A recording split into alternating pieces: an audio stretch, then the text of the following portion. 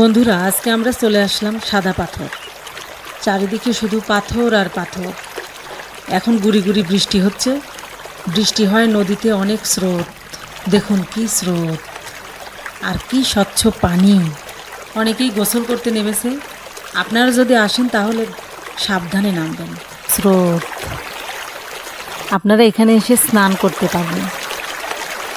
প্রচুর পাথর, এত পাথর যে এখান থেকে ওই স্রোতে ভারত থেকে চলে আসে পাথরগুলো। পাশে দেখছেন ছোট ছোট পাহাড়, এই পাহাড়গুলো মেঘালয়ের সীমান্ত পাহাড়। ভারত সীমান্তে অবস্থিত এই পাহাড়গুলো খুব সুন্দর, সবুজে শ্যামলে ভরা। আপনারা ওই নদীতে স্নান করে এখানে এসে রেস্ট নিতে পারেন। অবশ্যই কিছু টাকা দিতে হবে।